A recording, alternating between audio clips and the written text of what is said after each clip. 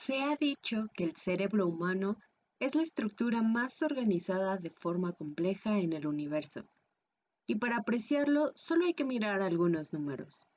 El cerebro se compone de 100.000 millones de células nerviosas o neuronas, que son las unidades estructurales y funcionales básicas del sistema nervioso.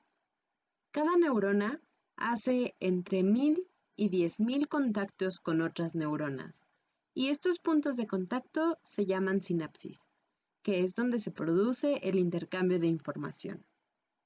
En base a esta información, se ha calculado que el número de posibles permutaciones y combinaciones de la actividad cerebral, es decir, el número de estados del cerebro, es superior al número de partículas elementales en el universo conocido.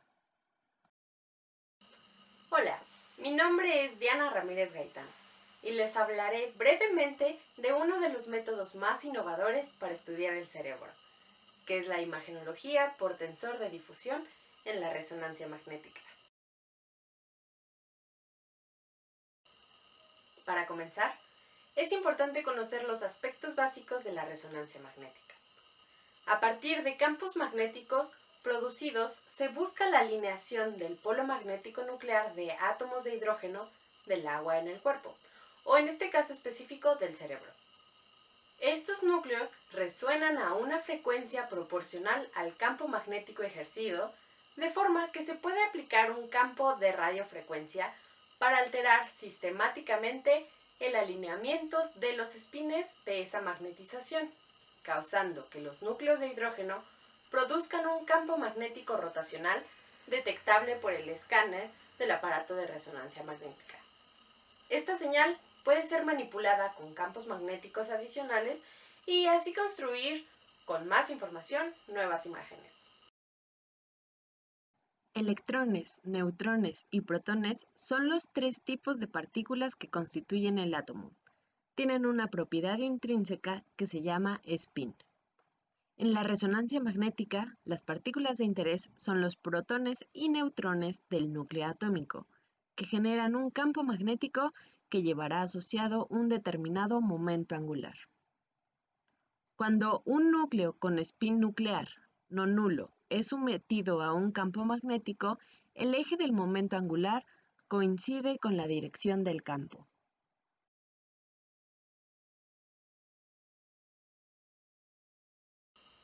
Esta herramienta ha sido utilizada en el estudio del sistema nervioso central. Pero en la década de los 90 se dieron cuenta de que cuando se trata de la realización de estudios del sistema nervioso periférico, se encuentra que el análisis resulta ser cualitativo y con resultados poco específicos, lo que ha promovido la búsqueda de nuevos métodos de estudio. La resonancia magnética convencional estudiaba principalmente el sistema nervioso central compuesto por el cerebro y la médula espinal. Ahora se puede estudiar el sistema nervioso periférico compuesto por diferentes tipos de nervios, ganglios y por supuesto las neuronas.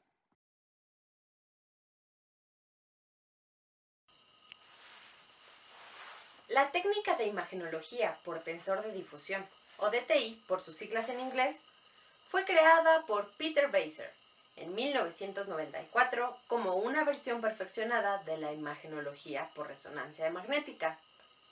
Es un método no invasivo y cuantitativo en donde las señales se generan a partir de la difusión del agua, revelando la microestructura y la organización del tejido, monitorizando los movimientos aleatorios de las moléculas del agua, que funcionan como una antena para determinar la anatomía de una red del cerebro sin las influencias y cambios que se crean por las funciones del cerebro.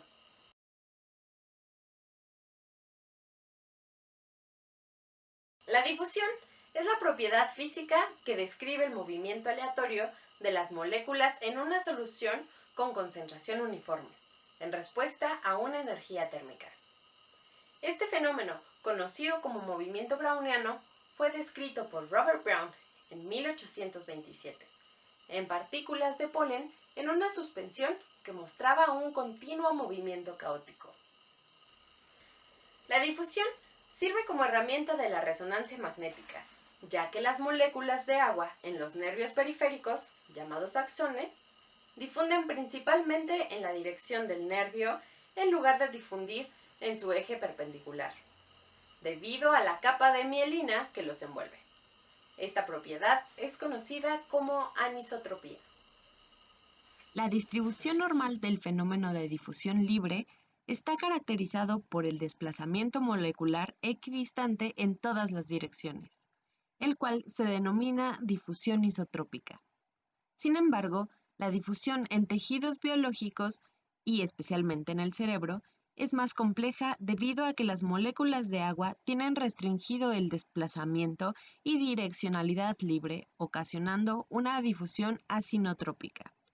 Esto es por las membranas axonales semipermeables y vainas de mielina. Este tipo de difusión revela la geometría y disposición espacial de las estructuras que bloquean la libre difusión de la molécula del agua.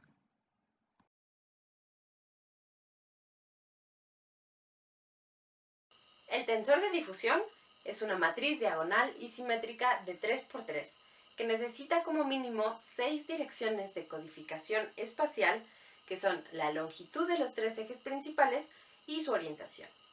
Este muestra la organización de la sustancia blanca e informa la dirección fibrilar en los 3 planos del espacio, es decir, el grado y la dirección de preferencia de la difusión de las moléculas que componen la sustancia blanca.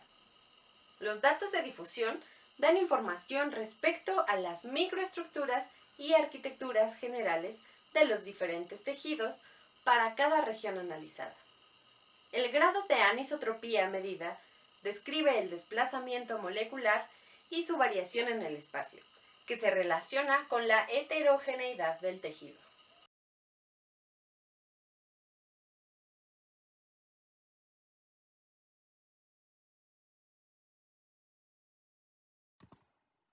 Finalmente, el tensor de difusión determina a través de la generación de un esquema de código de colores la orientación de las fibras nerviosas. Cuando existen patologías, este método es sensible a este tipo de modificaciones, ya que la integridad tisular altera las barreras de movimiento del agua molecular.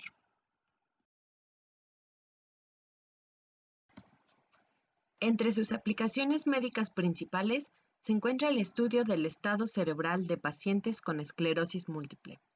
Los daños estructurales ocasionados por este padecimiento muestran la reducción de la anisotropía e incremento de la difusión. Estos daños pasan inadvertidos con el uso de otras técnicas de imagenología. En pacientes que presentan epilepsia, se ha observado un incremento de la difusión y una reducción de la anisotropía, mostrando diferencias estadísticamente significativas en los índices de difusión.